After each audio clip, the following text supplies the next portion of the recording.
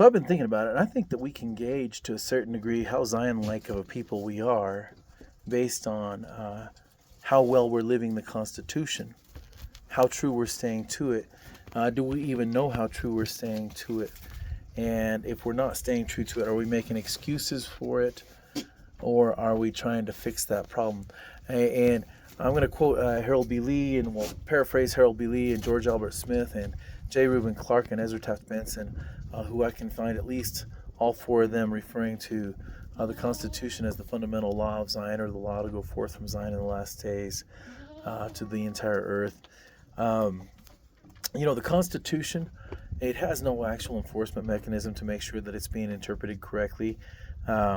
It's technically, all it's got is the oath of office in Article 6, Clause 3, and all officers of government are sworn to take that oath. So therefore, it was really meant to self-enforce. It wasn't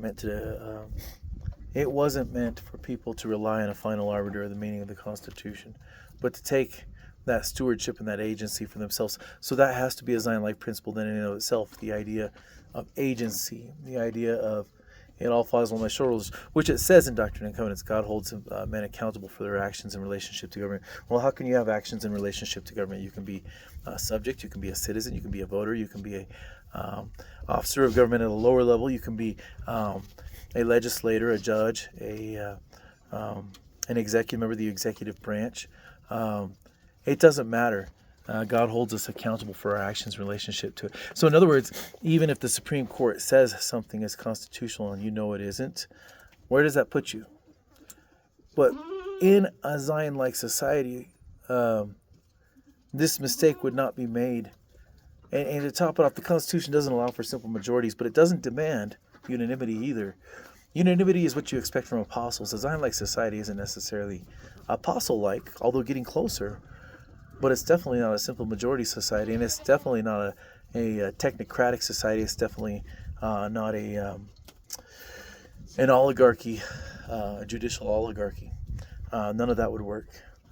The Zion-like society would be of one heart and one mind, and it's a lot easier to accomplish that when you have these different kinds of thresholds and redistributions. And you might say, well, shoot, that's a patchwork, is one of the common accusations. How can you be Zion-like when you have a patchwork of policies? We also have, that sounds really, convincing, doesn't it? But we also have in Doctrine and Covenants that, everything is to operate within its own sphere of influence, to do its job within its own sphere of responsibility. And I think that's what the Constitution sets up, that with the compound republicanism that we have.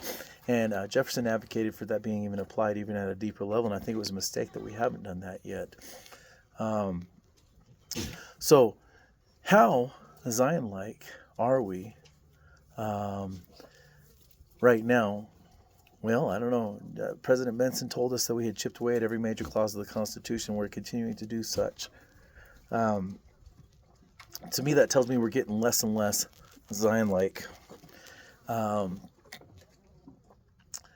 So if we're taking shortcuts, bypassing what the actual text of the Constitution is, even when we know what the actual text of the Constitution is that a Zion-like attitude?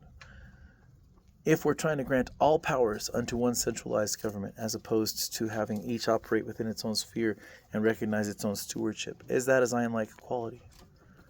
No. So that's not the natural laws that God set up.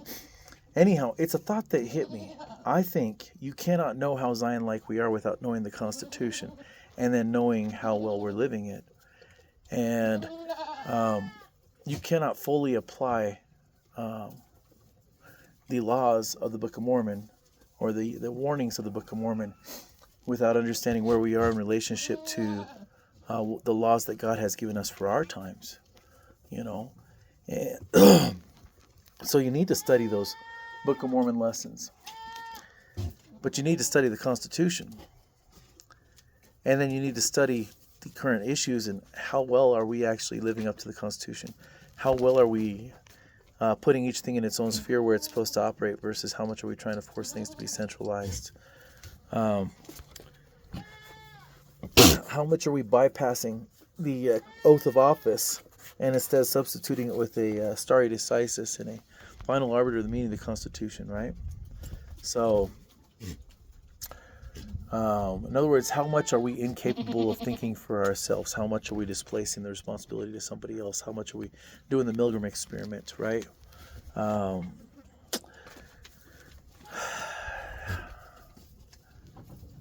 God made us all capable of thinking for ourselves. We're all equal. We're all supposed to turn to Him and seek truth when we study things out for ourselves. But having a final arbiter of the meaning of the Constitution takes that culture away from us, changes us culturally, changes our expectations of what we're supposed to be doing. Anyhow, we've been told government comes from the people. The source of government power is the people. The source of priesthood power is God. But the source of government power is the people. Those are two flip-flopped kind of... One is very diffused. Starts from a very diffused base and then comes down to a more tight level to tell the officers of government what to do. Versus the other comes from a very large centralized thing that's perfect.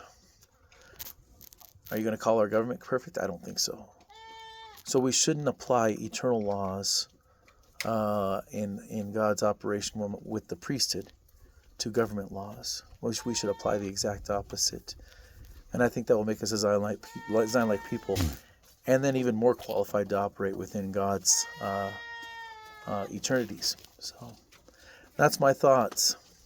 I feel like it's indispensable. You cannot fully understand the gospel and what God had planned for us without understanding the Constitution. See you guys.